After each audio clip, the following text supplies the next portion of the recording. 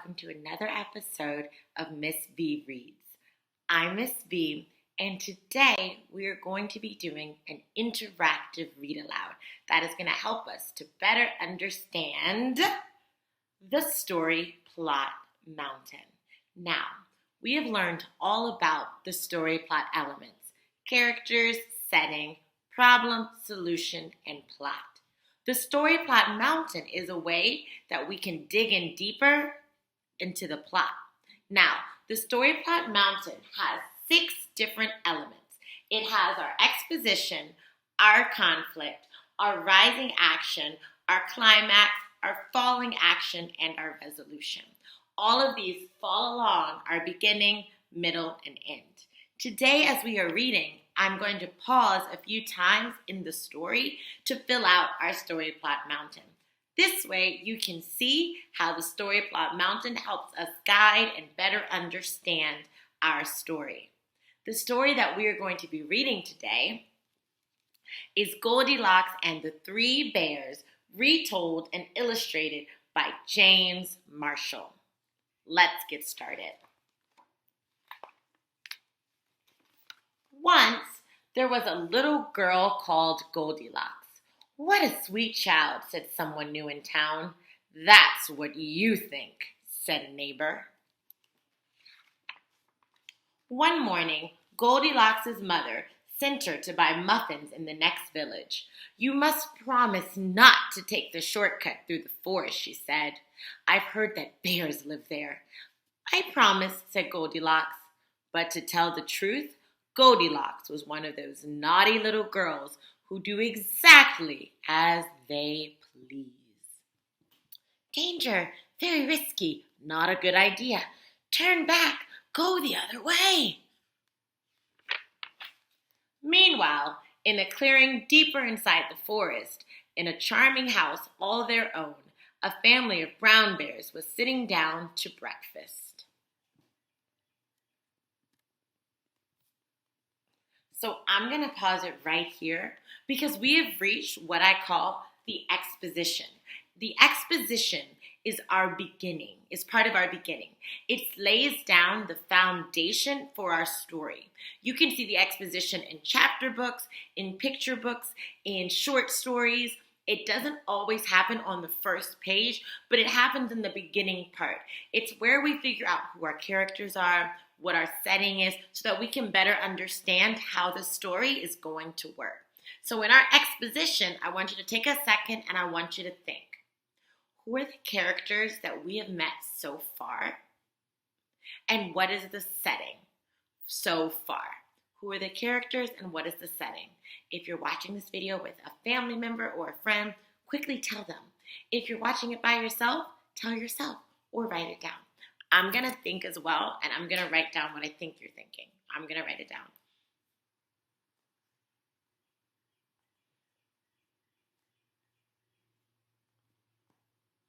All right. What did you say were the characters? Did you mention Goldilocks' mom? Did you mention Goldilocks? Did you mention the 3 bears? Did you mention the people in town? What about the setting? Where are we? Did you mention Goldilocks' town? Did you mention the forest? Did you mention the bear's house? All of these are very important because our setting is what allows us to understand our characters and what's happening. If our setting were in like the ocean, it wouldn't make sense for there to be bears. But it being in the forest makes sense. So that's all in our exposition. We gathered all of this information in our exposition. So I'm going to put that right here because that's what's happened in the beginning of our story so far. Now we're going to keep reading because we're going to try to figure out our conflict. What is our initial problem? What is that problem, our beginning problem, that's going to drive our story, that's going to allow us to learn about our characters and their reactions to the story? Let's keep reading to find out. So this is the bear's house, in case we forgot. "But gee!" cried big old Papa Bear. "This porridge is scalding. I've burned my tongue. I'm dying, cried Baby Bear. Now really, said Mama Bear, who was of medium size. That's quite enough. I know, said Papa Bear. Why don't we go for a spin while the porridge is cooling? Excellent, said Mama Bear. So they got on their rusty old bicycle and off they went. Tra-la! A few minutes later, Goldilocks arrived at the bear's house. She walked right in without even bothering to knock.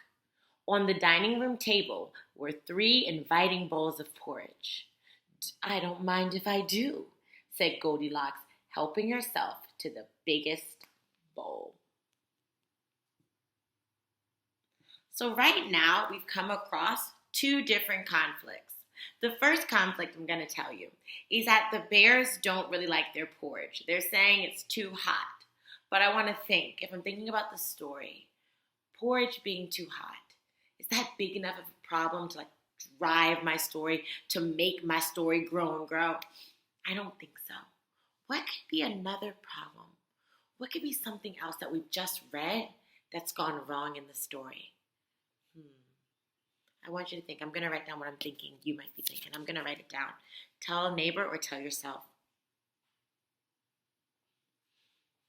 What could be another problem? What could be something that's going to really change the story? What do you think? Did you by any chance mention the fact that Goldilocks breaks into the house of the bears? That she's trespassing? Yes.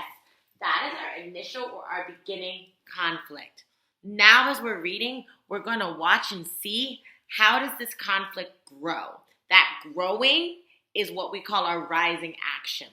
How does this conflict grow? How is it getting bigger? Because we're going to try to get to our climax, which is our big moment. So how does our conflict grow? What is our rising action? Let's keep reading and find out. How is this going to grow? She breaks in. Maybe she leaves. Let's see. How does this grow? But the porridge in the biggest bowl was much too hot. Patooey, cried Goldilocks, and she spat it out.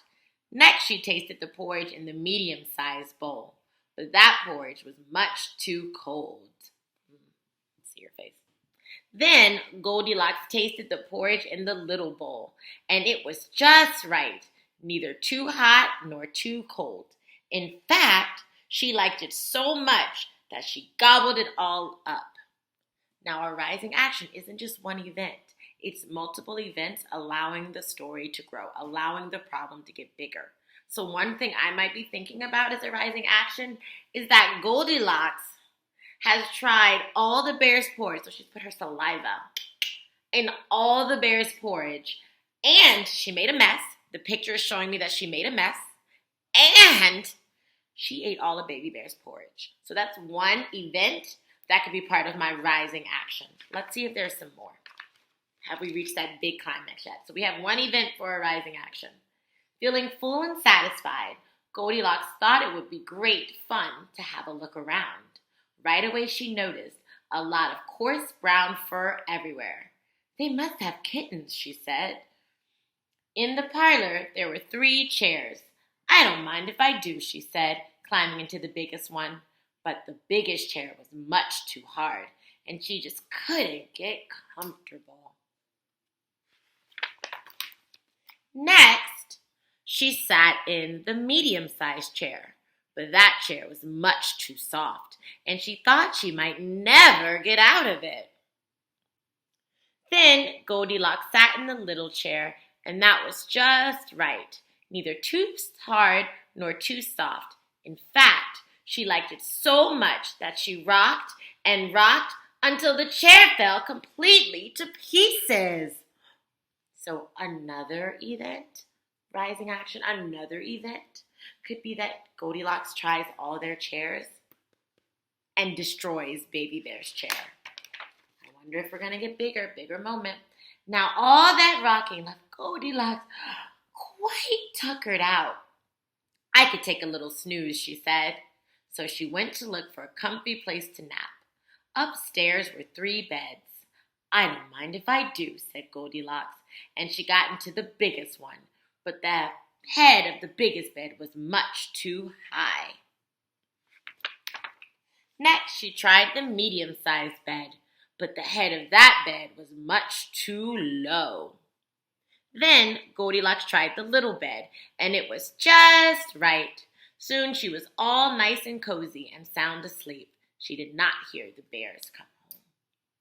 So if we're thinking about the rising action, how our problem is growing, we already mentioned that after she broke into the house, trespassing, the first thing she did was what? She tried their porridge, put her saliva in their porridge, and then she spilled it. Yep, and then she ate all of Baby Bear's porridge. So that's one rising action moment that she did. Our problem's getting bigger. But did she leave and go home after that? No. Then what did she do? Yes, she tried the different chairs.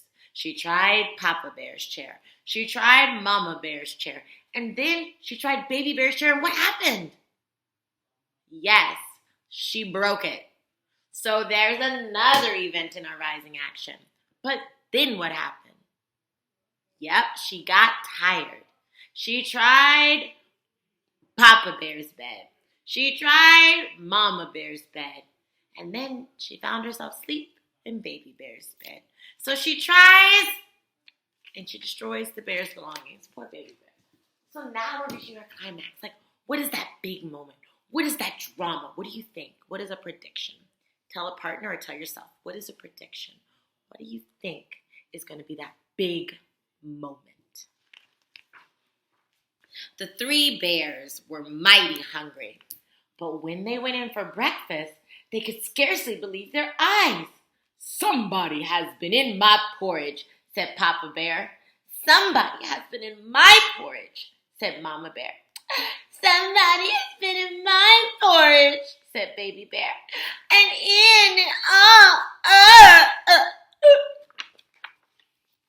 in the parlor, the three bears were in for another little surprise.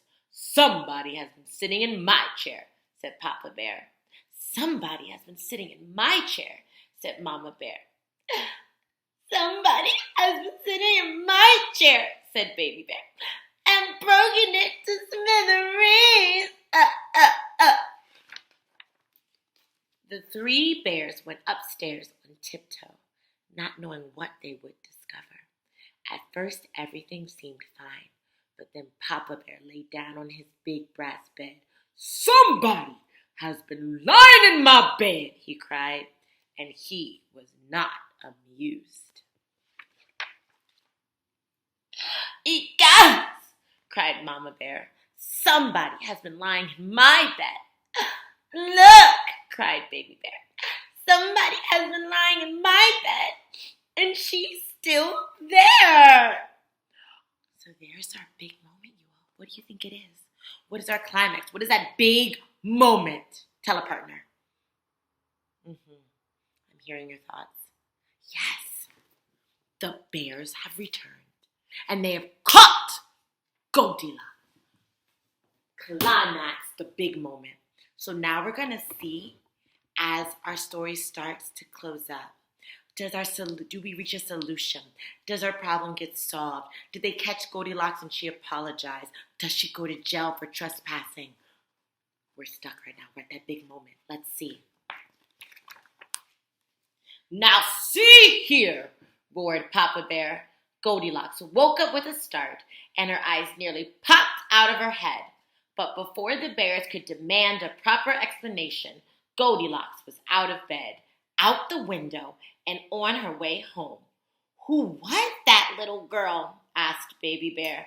I have no idea, said Mama Bear, but I hope we never see her again. So, how does our solution, how is our story wrapping up? What happens when the bears catch Goldilocks? Quickly, tell a partner. Yes.